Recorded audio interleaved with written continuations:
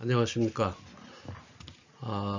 지난 시간에 이제 여러 가지 인간, 어떤 그 창의성 개발과 문제 해결에 대한 방법론에 있어서 모든 것이 이루어지는 것이 아니라, 저절로 이루어지는 것이 아니라 인간에 대한 그 행동, 그다음에 인간이 마음속으로 움직이고자 하는 소통, 커뮤니케이션 같은 것들을 어떻게 다루어지고 어떠한 상황 속에서 이런 것들이 이루어졌을까 라고 하는 행동론에 대해서 이론적으로 이제 공부를 할 텐데요. 조금 지루할 수도 있을 거다라는 말을 또 지난 시간에 했습니다. 왜냐하면 인간 행동의 개념이라고 하는 것은 현재의 우리의 어떤 수치적인 어떤 문제에 대한 해결이 아니라,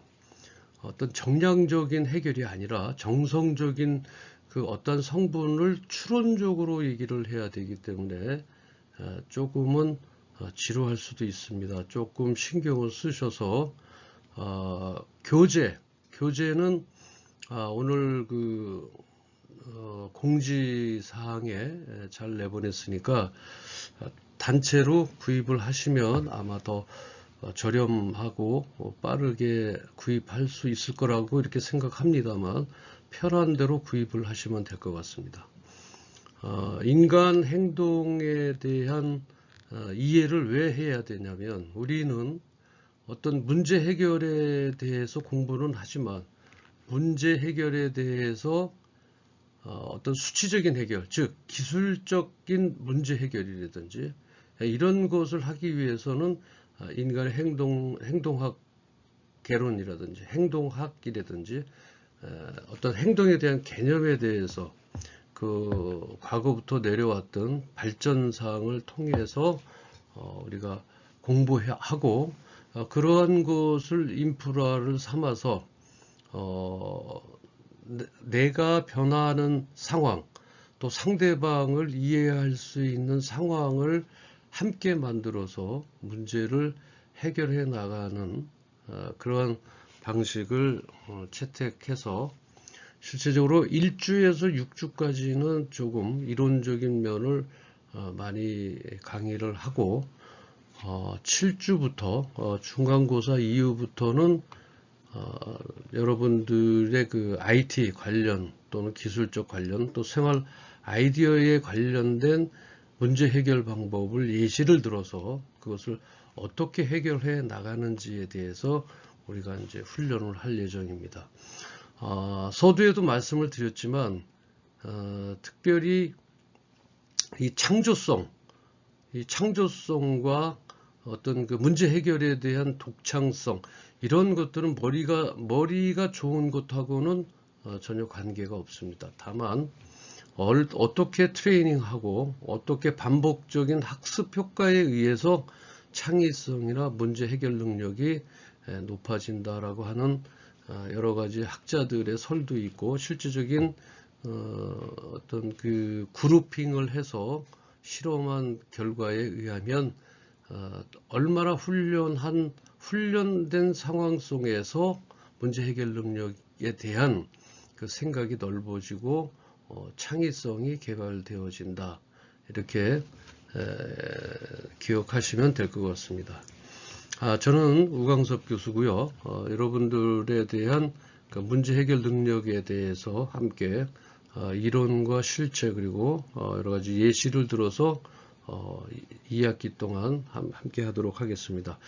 오늘은 교재가 없겠지만 오늘은 교재 없는 것을 감안해서 제가 강의를 마무리하도록 하고요.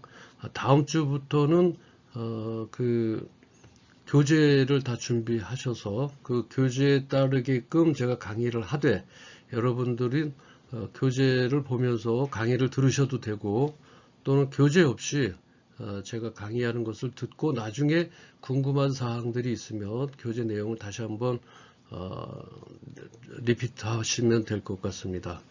그래서 이러한 그 인간 행동과 어떤 그 문제 해결에는 어떠한 관계가 있고 왜 어떤 그 인간 행동이 곧 나에 대한 개인적인 문제를 어떻게 해결해 나가는데 도움이 될 것인가에 대해서 함께 여러분들하고 강의를 지식을 한번 나눠볼까 합니다. 여러분들 교재가 17페이지부터 아마 시작할 겁니다. 오늘은 없으니까 일단 그 교재 내용을 간략하게 제가 설명을 하면서 넘어가도록 하겠습니다. 그러니까 지금 그 17페이지에 여러분들 교재에 나와 있는 행동과학론은 행동과학을 앞으로 내밀어서 이 행동과학이라는 것이 무엇이고 왜 행동이면 행동이지 행동 플러스 과학을 붙였는가에 대해서 여러분들에게 잠시 설명을 좀 드릴까 합니다. 행동과학이라고 하는 개념은 이제 잠깐만요. 예를 들어서 미국의 인간관계학파에 의한 인간관계론 연구 이후에 우리가 일 중심의 관리에서 사람 중심의 관리로 그 연구의 중심축이 이원화되어 있습니다. 다시 말하면 즉 그 인간관계와 행동과학에 대한 연구가 경영학의 주요 영역으로 정착이 되어 있다는 것이죠. 왜냐하면 일 중심의 관리에서 사람 중심의 관리로 넘어가고 있습니다. 지금 예전에는 일 잘하는 것보다 사람보다는 일 잘하는 것이 일에 대한 그 욕구나 이해도가 높았다면 현재는 일 중심의 관리에서 사람 중심의 관리로 그 연구의 중심축이 이제 나누어졌습니다. 이원화가 돼 있어부터 이때부터 이제 사실상 인간과 인간 행동에 대한 연구가 본격적으로 이루어지기 시작했습니다. 즉 인간관계와 행동과학에 대한 연구가 경영학의 주요 영역으로 정착되었다는 것이죠. 그래서 인간 행동의 개념이라는 것들이 조금 변화화가 돼서 결국 이러한 연구들은 궁극적으로 인간이 만든 조직이 어떻게 하면 구성원의 그 만족을 실현하는 합동적 행동을 하게 하느냐에 그 목표를 두고 있습니다. 일 중심에서 사람 중심으로 이원화가 되면서 그래서 그 행동과학이라고 하는 그런 특성을 갖게 됐는데 행동과학은 인간 행동을 중심적 연구 대상으로 하는 그런 학문이 바로 행동과학이라고 하는 학문입니다. 경험적이고 계획적이면서 과학적인 방법을 활용한 응용과학의 성격을 가진다는 것이죠. 구체적으로 얘기한다면 한 5가지 정도로 이제 얘기를 할 수가 있는데 뭐 여러분들 그 교재에 다 나와 있습니다. 그래서 오늘은 교재가 없으니까 일단 제가 교재에 있는 것을 간략하게 설명을 좀 드리도록 할게요. 첫 번째는 행동과학의 특징의 첫 번째예요. 행동과학의 특징. 행동과학이라는 건 아까 말씀을 드렸습니다. 어떤 학문인가를. 첫 번째는 오늘날 조직의 대규모화, 그다음에 사회 시스템의 복잡화에 따라서 인문, 사회과학, 그다음에 그러니까 인문으로 나눠졌고요. 그리고 사회과학 영역은 하나의 고유한 전문 학문 영역에 의해서 그런 현상을 설명할 수가 없고 다양한 학제군으로 그런 접근에 의해서 둘 이상의 복수적인 학문 영역과 관련을 가지게 되었는데 그 행동론은 그 대표적인 한 그 예에 해당할 것이다 이렇게 생각을 합니다. 그리고 두 번째는 행동론은 우리가 행동하고 있는 그 행동론은 바로 우리 인류에게 가장 유익한 이념과 가치를 제공하는 것이어야 하고 이때의 가치는 전체 성원의 동의가 전제되어야 된다는 것이죠. 이게 무슨 얘기냐면 행동적인 잠깐 요거 넘어갈게요. 행동과학론에 지금 우리가 이제 들어갔고요. 행동과학의 개념은 조직에서 협동적으로 행동할 수 있는 인간 행동을 과학적으로 설명하고 예측하는 이러한 학문 영역이 바로 행동과학론 또는 행동론이다. 좀 요거를 제가 먼저 띄워야 되는데 여러분들 보지 못했네요. 자, 그래서 사회 및 조직을 관리하는 기술을 개발하기 위해서는 체계적으로 규명해서 일반 법칙으로 정립하는 그러한 것이다. 그래서 행동과학의 특성을 보면 아까 말씀드렸던 첫째로는 오늘날 조직의 대규모화와 사회 시스템의 복잡화에 따라서 인문, 사회과학, 그 다음에 사회과학 영역은 하나의 고유한 전문 학문 영역에 의해서만 현상을 설명할 수 없고 다양한 학제군 접근에 의한 둘 이상의 복수적인 학문으로 발달했다라고 얘기하는 것입니다. 둘째로 행동과학은요, 그 둘째 행동론은 바로 이제 우리 인류에게 가장 유익한 이념과 가치를 제공하는 것이어야 하고 이때의 가치는 전체 성원의 동의가 전제되는 것이어야 한다. 다시 말하면 행동과학은 규범적이고 가치지향적인 것이다. 이렇게 얘기하는데 사실 이 단어 자체도 조금씩은 이제 어렵죠. 규범이라는 건 뭐죠? 우리가 사전적 의미로 규범이라는 것은 행동과학에 잠깐 밑줄을 쳐볼게요. 이 행동과학은 규범적이고 가치지향적이다. 이제 이런 그 말에 있어서 지금 행동과학의 특성을 알고자 하는데도 단어 자체가 좀 어려워서 단어 자체를 좀 한번 사전적 의미로 보면 이 규범적이라는 얘기는 뭐죠? 규범적이다. 규범적이다라고 하는 것은 우리가 마땅히 따르고 그 다음에 지켜야 할 본보기나 법식, 제도, 규모 이것을 우리가 규범이라고 합니다. 마땅히 따르고 지켜야 할 본보기나 법식이라고 하는 것은 어때요? 어떤 순서나 이런 행동들, 차례를 법제화한 제도, 그런 그 제도나 규모를 우리가 이제 규범적이다 이렇게. 근데 우리가 어떤 규범을 따른다라고 얘기할 때 이런 얘기를 많이 쓰죠. 규범적이다. 뭐 이런 얘기를 많이 씁니다. 그래서 이제 어떤 그 사전적 의미는 이제 이렇게 알아봤고요. 그리고 가치지향적이다라고 하는 것은 뭐예요? 가치라고 하는 것은 여러분들이 알고 계시는 거고, 가치지향적이다. 무엇을 가치를 잡고서 하는 지향적인지에 대한 것은 자연 법칙이 어떤 가치의 뜻이 쏠려 향하는 일인데 어떠한 가치에 우리 가치라는 말은 알죠, 그죠? 가치라는 말은 값어치가 있다. 다시 말하면 가격에 대한 레벨을 얘기하는 거죠. 가치라고 하는 것은 그 가치가 높다라고 하는 것은 뭐 그만큼 좀 희소성이 많은 거죠. 예를 들어 금 같은 경우는 가치가 많은 거죠. 희소성이 있기 때문에 그렇다는 얘기입니다.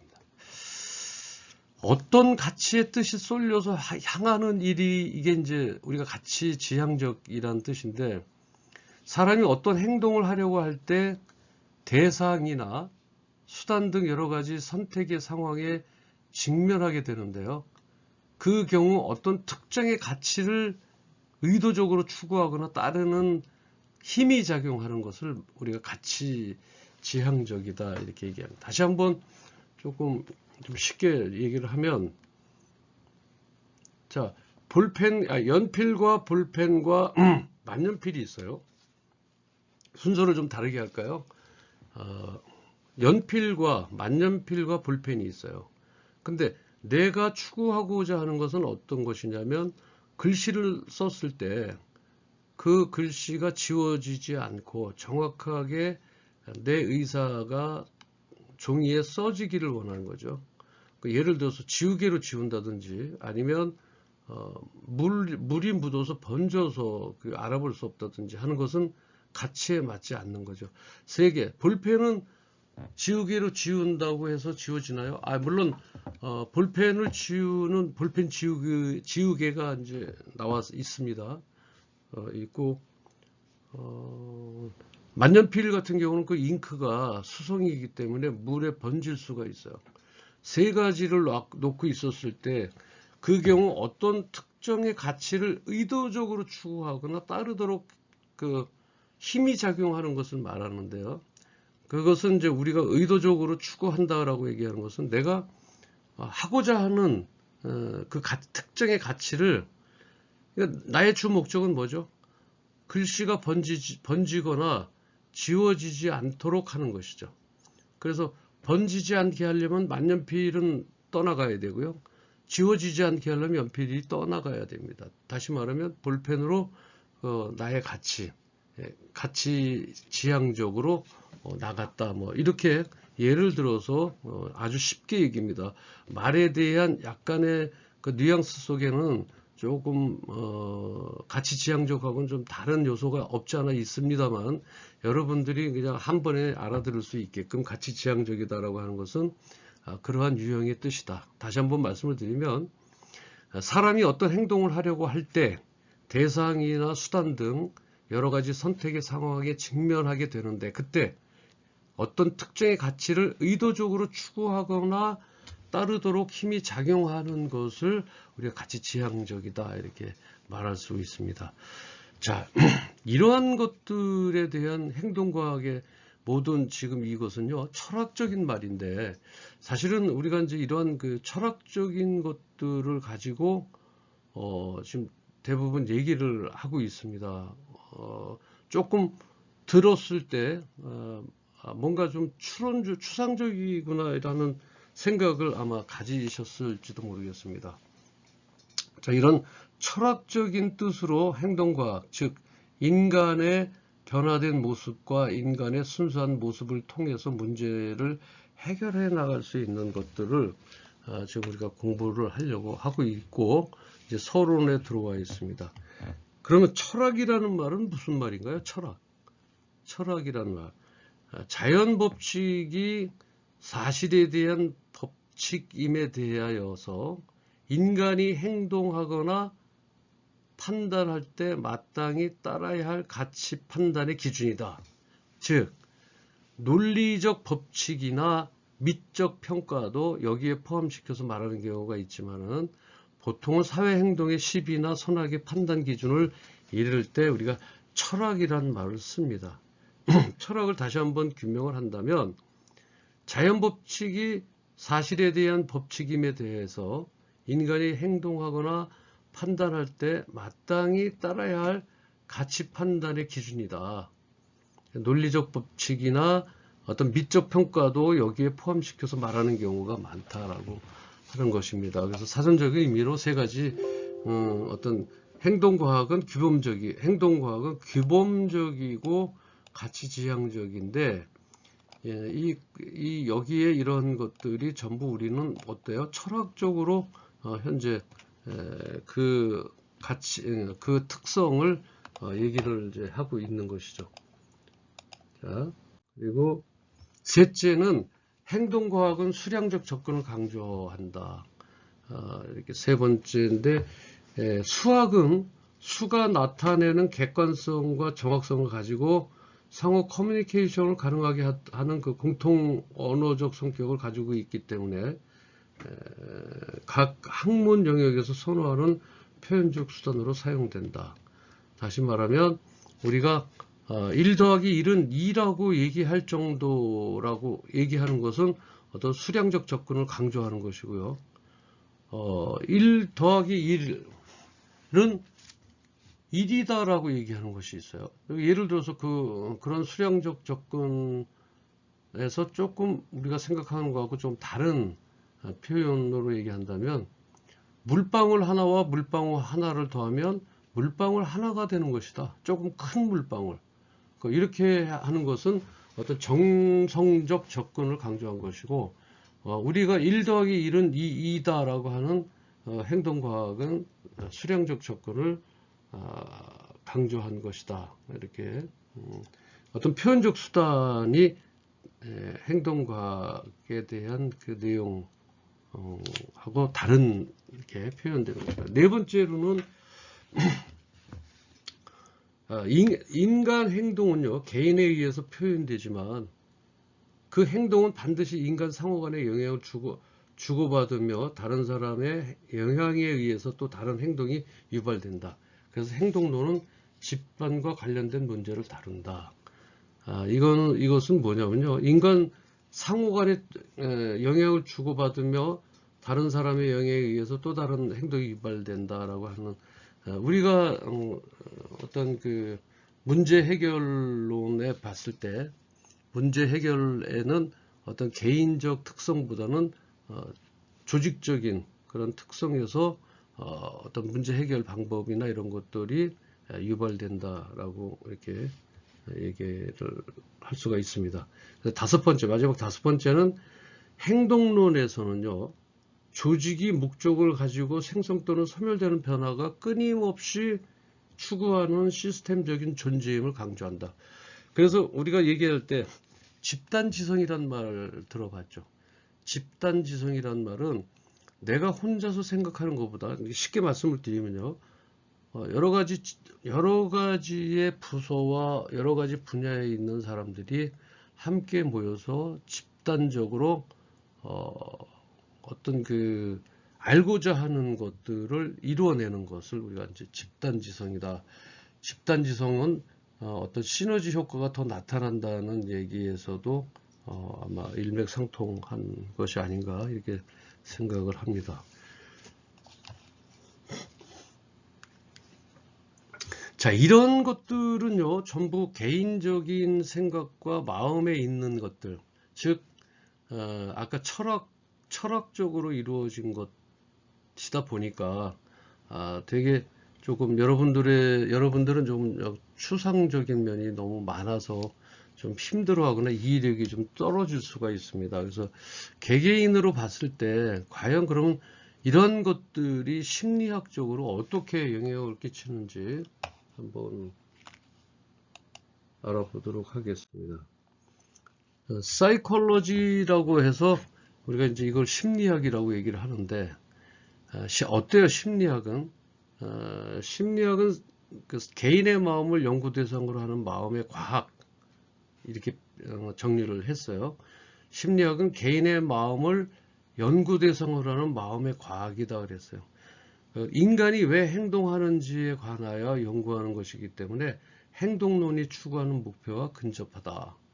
그래서 이거는 개인의 마음 속에 있는 것들을 연구 대상으로 하는 거죠. 그래서 심리학이라고 하는 공부도 저희가 이제 할 수가 있고요. 그 다음에 이 심리학은 어떤 과학적인 그 여러 가지 형태의 유형의 것들을 통해서 평균적이고 보편 타당성한 문제나 해결 방법을 심리학을 통해서 알 수도 있죠. 그래서 인간이 왜 행동하는지에 관해서 연구한다든지 행동론이 추구하는 그 목표하고 근접할 수가 있다. 이렇게 생각하시면 될 것 같고요. 다음에 이제 심리학 다음에 사회학이 있습니다. 사회학. 이 사회학은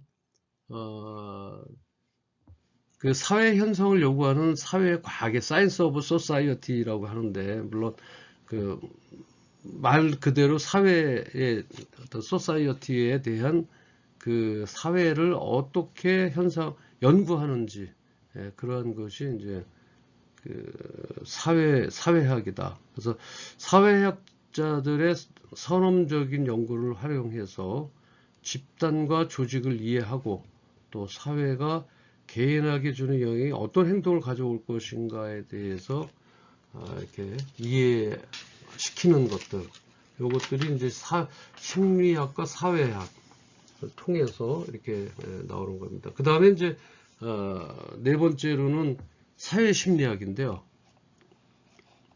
네 번째로는 사회심리학. 이 사회심리학은 심리학과 사회학에서 나온 개념을 혼합해서 섞어서 다루면서 사람들이 다른 사람들에게 주는 영향력에 초점을 두고 있는 거죠.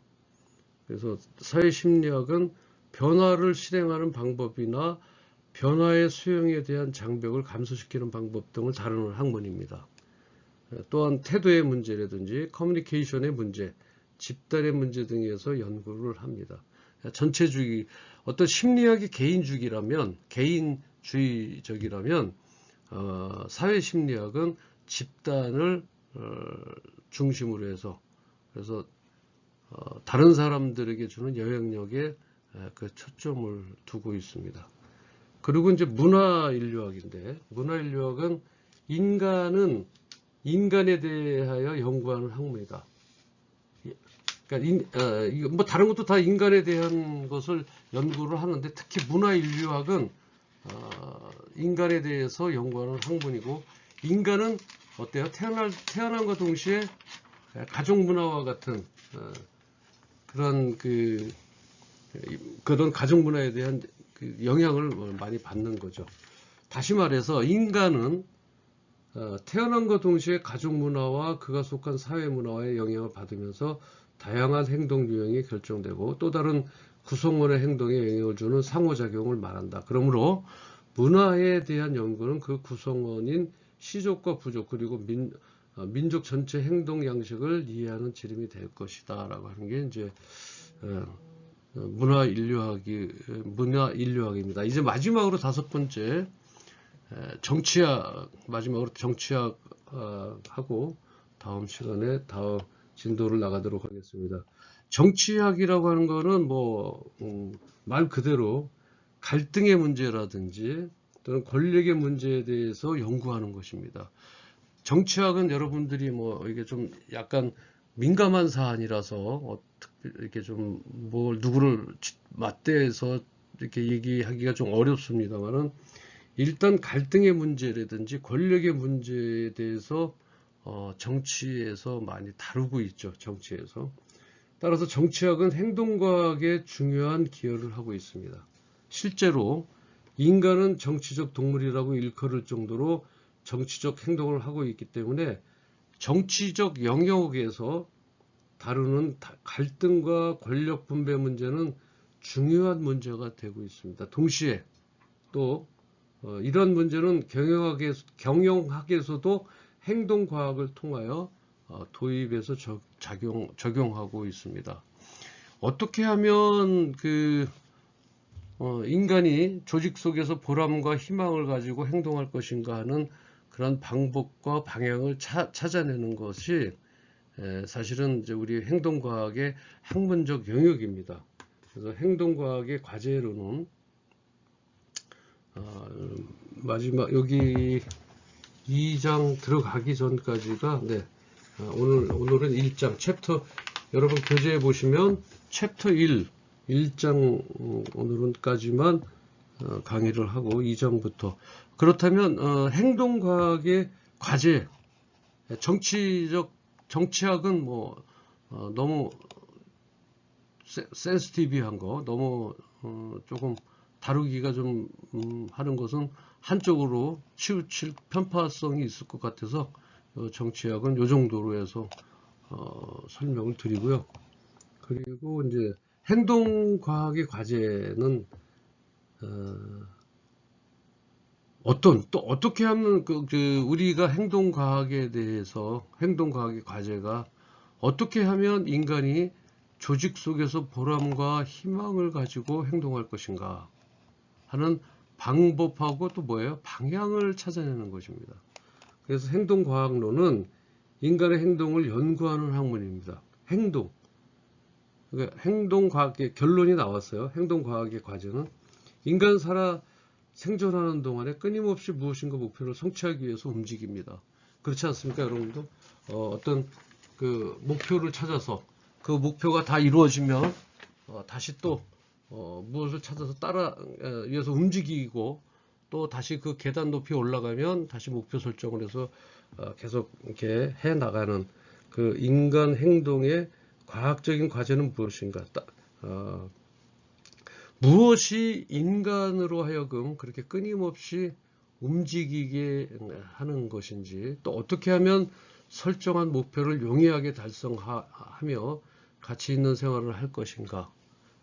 이런 문제에 대해서 보다 깊이 이해함으로 인간의 변화에 대해 이해폭을 넓히고 나아가서 바람직한 방향으로 변화를 가능하게 하며 인간이 가지고 있는 여러 가지 문제, 또 즉 갈등이라든지 스트레스, 불안 등을 희망과 안정과 보람으로 변화시키는 것이 행동과학의 과제인 것입니다. 이러한 행동과학의 과제를 통해서 그 상대의 마음을 좀 읽을 수가 있고요. 그래서 철학적으로 그 사람의 그 심리학 정도로 상대가 yes라고 했을 때 내가 no라고 할 수 있는 것들, 상대가 no라고 했을 때 내가 yes라고 할 수 있는 그런 심리학도 함께 나눠 가고 있는 것입니다. 지금 이제 그 제 1장까지 읽었을 때 같이 지식을 나눴습니다만, 여러분들의 문제 해결 능력은요, 모든 것이 어떤 그 설득력 있는 말보다는 함께 동화하고 상대방을 이해할 수 있는, 그래서 그런 문제를 해결하고 논의하고 개인적인 요소보다는 사회구조학적인 요소가 더 많이 있다.